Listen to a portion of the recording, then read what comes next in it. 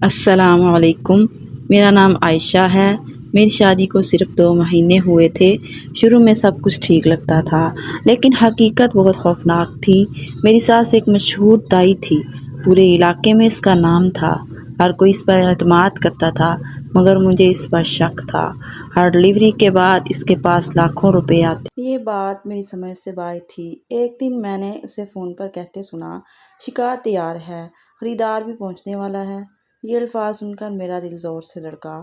میں نے سوچا یہ لوگ نومولود بچے بیچتے ہوں گے۔ میں نے سچ جاننے کا فیصلہ کیا۔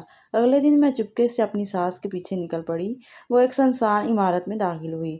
میں بھی خاموشی سے اس کے پیچھے اندر چلی گئی۔ اندر کا منظر دیکھ کر میرے ہاتھ کانپنے لگے۔ وہ کوئی عام کلینک نہیں تھا، وہ ایک خفیہ اسپتال تھا جہاں حاملہ عورتیں لائی جاتی تھیں۔ سب کچھ عام ڈلیوری جیسا لگتا تھا، مگر اصل کھیل آپریشن کے دوران شروع ہوا تھا۔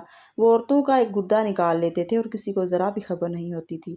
یہ سب دیکھ کر میرے ہوش اڑ گئے، مگر مجھے نہیں معلوم تھا کہ اگلا نمبر میرا ہونے والا تھا۔